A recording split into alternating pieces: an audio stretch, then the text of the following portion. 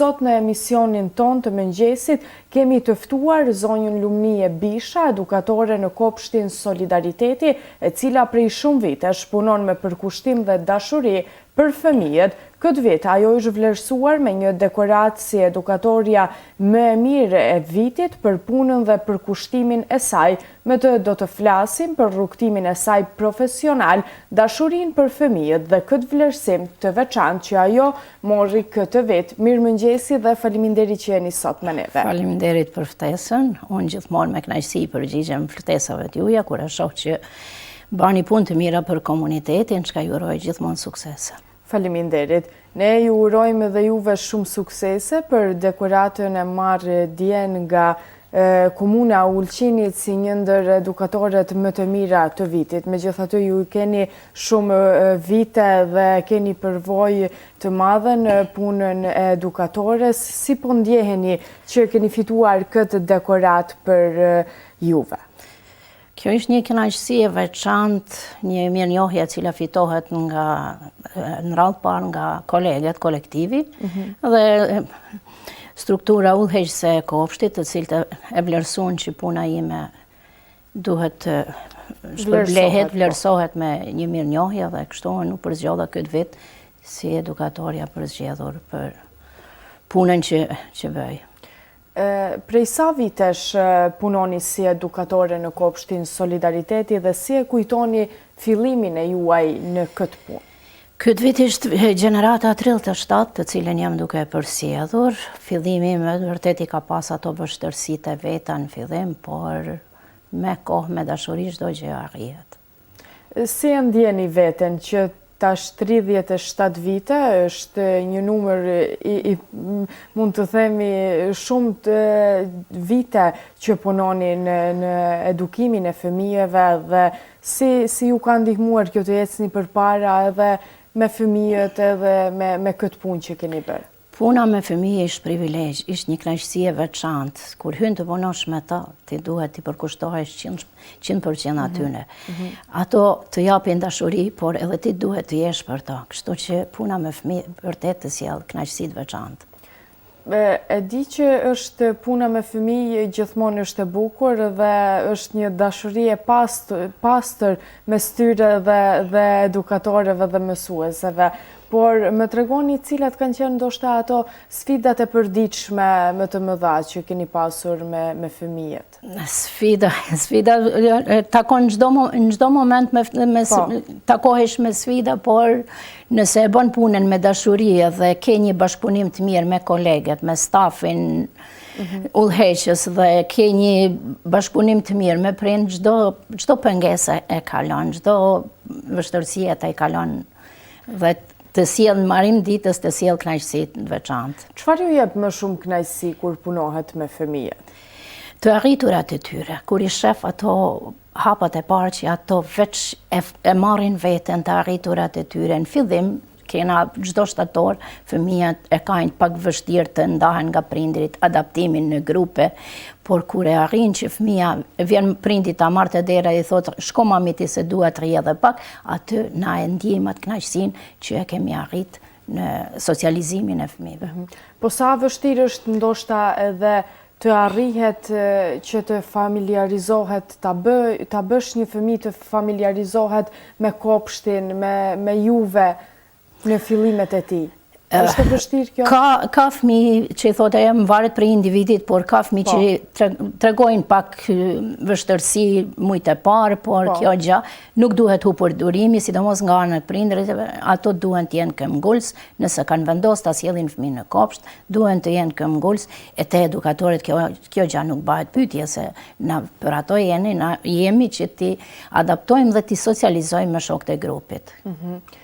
Si ka ndryshuar puna ndër vite me fëmijët, me brezin e ri dhe me këtë që keni lanë me pas? Pa puna ndër vite ka ndryshime se nuk kena numër të lartë ma në grupe si kena pas në fillimet e mia, se kam rrit të kem edhe ka 50.000 në grupë, ndërsa tash është normalizu pak ajo punë, por sa i përket kushteve të ambientit, na dihet se Ulqini ka një handicap në gjatë mund të them se nuk ishte investu në objekte parashkollore, as në objekte shkollore sa duhet në qytetin tonë. Mjerisht, kjo ishte një mungesë e qytetit të cilën po e vujmë tash 40 vite.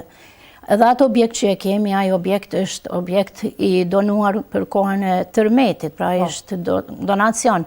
Kështu që Ulqinit i mungon urgjentisht një kopsht modern, ku të kemë kushtet. Se nëse i ke dhe kushtet, atëherë dhe puna me fëmijë është na lehtësohet shumë ne, sidomos qëndrimi i fëmijëve bëhet më i sigurt dhe me kënaqësi në objekt të ri, në objekt të përshtatshëm. Sa i dihet aty që e kena atë kopsht, ai është montazh dhe ishte i amortizuar tash.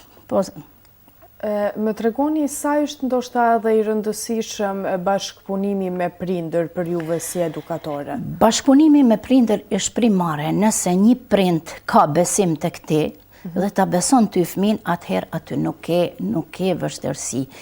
Unë kam pas fatin, kam kënaqësi të përsjell shumë gjenerata, si që thash, por tash kam fillu të përsjell edhe fëmit e nxansëve të mi. Dhe kur vjen prindit e dera, i thot, ka qenë mësusja ime, ose ka qenë e vdhejtë e motrës, ai është një kënaqësi e veçantë. Kam arritë të kem edhe djalin e djalit në grup, pra kështu që është kënaqësi e veçantë kur ke të bash me prind të cilët i komunikojnë lirshëm, dhe na për atë jena transparent. Patjetër, dhe kur janë të besueshëm, kur e besojnë punën e juaj që punoni me fëmijët e tyre.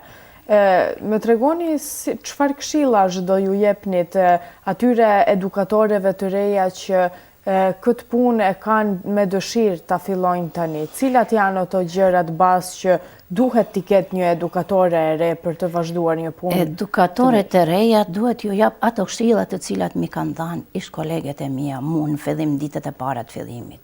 Ato më na thanë që gjithmonë na thoshin, vajza, ta keni parasysh se prindrit ju kanë besu sytë e ballit dhe ju duhet i trajtoni këto fëmijë si sytë e ballit. Dhe unë çdo herë ju them, çdo gjase, secili person ka problemet e veta, ka çdo gjë kur vjen në punë, lene mbas deret klasës, aty duhet i kushtohesh fëmijëve 100%, se aty duhet të ekzistojë siguria maksimale. Ato janë fëmijë të vegjël, lehtë mund të lëndohen, lehtë mund për një lojë, dy, ato fillojnë debatin në mes veti, po ti duhet të jesh aty, ti kesh 4 sy, siç thojmë ne.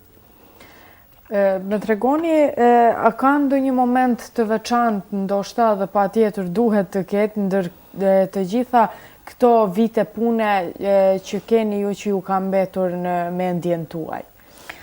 Momentet të veçanta kam plot, nuk du të ndash, nuk du të ndash, se me të vërtet se cila gjenerati ka ato kënaqësitë e veta dhe e mban shumë gjatë, e mban në mend, si thohet, por nuk du të veçoj diçka të veçantë, se të 37 vitet i kam të mbushur me momente të bukura. Ajo është me rëndësi.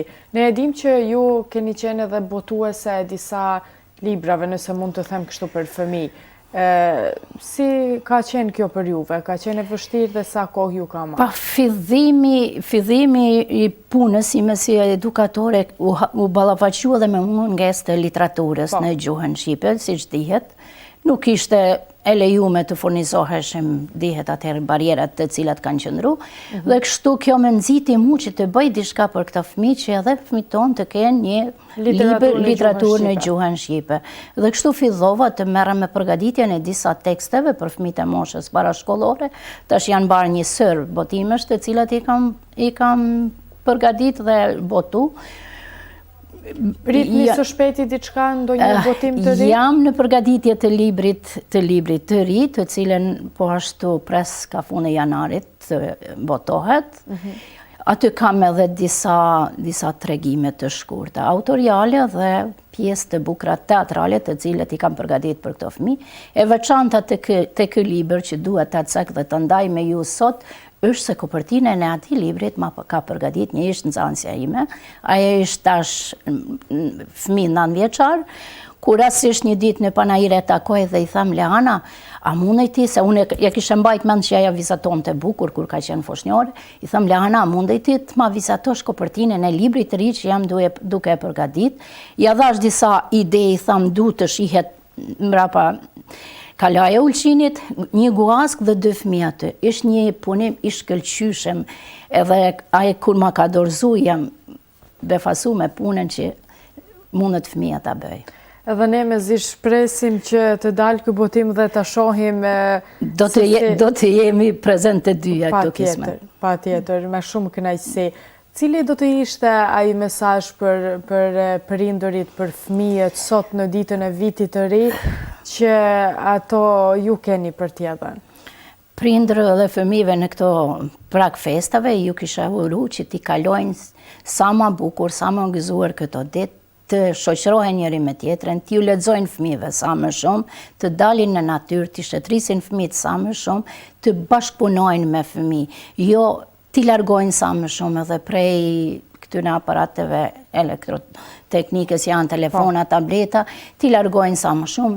Një bashkëbisedim me fëmijë është i domosdoshëm, nuk ka fëmijë ta lesh të luajë vetë, ulu, shoqëroje, nxirre jashtë, shetrite, pra fëmija don prindin ta ketë gjithmonë pranë, jo prindi të rrinë telefon, edhe fëmin ta lajt luaj vetë, fëmija nuk din të luaj vetë, duhet ta ndihmosh, sidomos në vitet e para të jetës. Kjo është një këshill që ju kisha dhënë sidomos nënave të reja. Nënave të reja ju kisha sugjeruar që ti largojnë prej fëmijëve telefonat, ti largojnë televizorat. Fëmija në moshën 4 vjeçare nuk e ka të nevojshme. Ajo ka të nevojshme të flas gjuhën e nënës, të mësoj të gjitha gjuhët e botës, por në fillim mësoja gjuhën tënde. Ta shqiptojnë atë fjalë pastër e bukur. Ka me pas kohë gjatë jetës ti mësoj të gjitha nëse ti e ke fëmin gjithmonë nën kontroll dhe ti je pranë fëmisë. Një mesazh shumë i vlefshëm dhe i bukur për të gjithë ato që janë duke na ndjekur. Unë ju falenderoj që ishit pjesë e emisionit të mëngjesit, ju uroj shumë shëndet, shumë suksese në vitet e juaja që ju po punoni, edhe faleminderit edhe një herë që ishit me neve në këtë emision të fundit. Faleminderit për ftesën të gjithë qytetarëve të Ulqinit, ju uroj me gëzime vitin e ri, ta kalojnë sa më bukur. Edhe ju si staf suksese në punën e juaj. Faleminderit shumë, edhe ne ju urojmë çdo të mirë dhe shumë suksese. Shpresojmë që përsëri të jemi në studion e emisionit të mëngjesit për të bashkëbiseduar për sukseset e tjera të radhës.